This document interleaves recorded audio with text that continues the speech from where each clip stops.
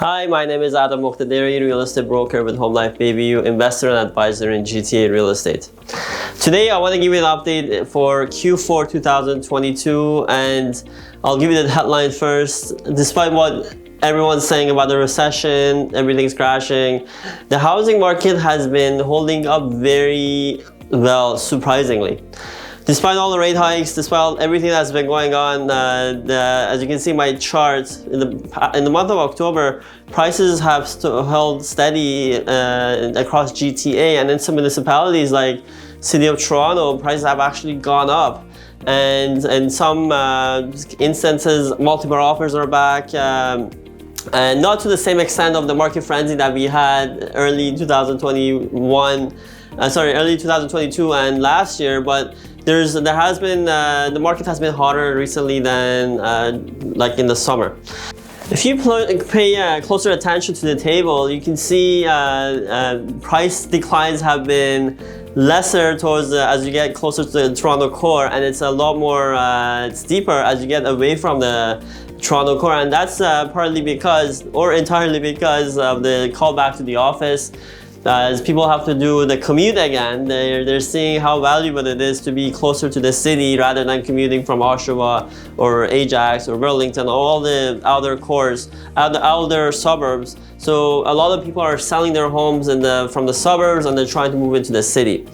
I mentioned that it's surprising that prices are holding up. I know we've had a huge crash so far. Prices on average are down 18%. But what I mean is, despite the rate hikes, as you can see in my next chart, when the Bank of Canada started raising rates back in March, you can see a sudden price drop right then and there until into the summer. But from August onwards, prices have been holding up well and moving up a little bit gradually.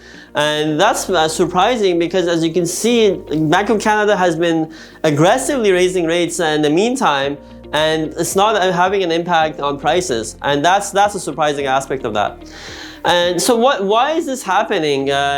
One of the reasons that I personally think is immigration.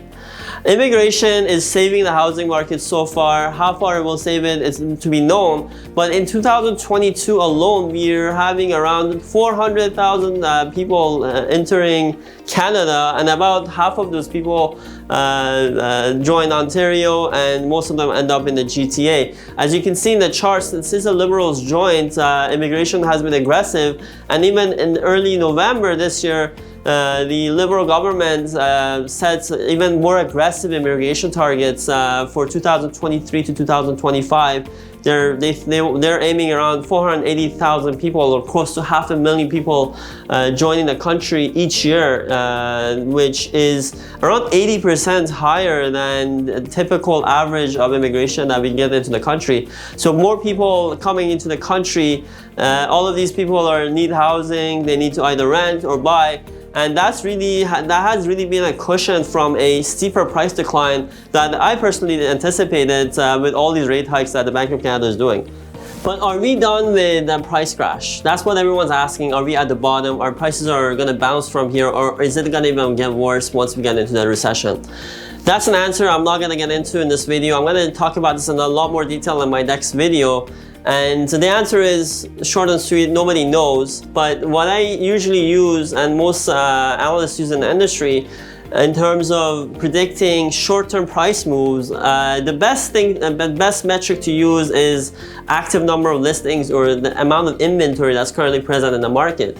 So I've charted out the number of active listings in each of the Octobers from 2015 to 2022. And as you can see, despite all that has transpired, all the negative the sentiment, all the rate hikes that has happened, we're not having that many listings to go around. We're still below the recent historic average, meaning, there are not that many sellers. There's still quite a bit of buyers, so inventory is not piling up, which is a preceding factor to a severe price decline.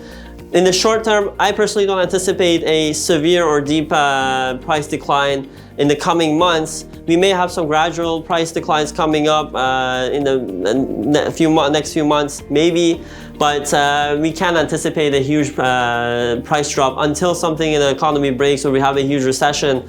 I don't see that happening. I hope you enjoyed this video, and as always, if you have any questions, you better call Adam.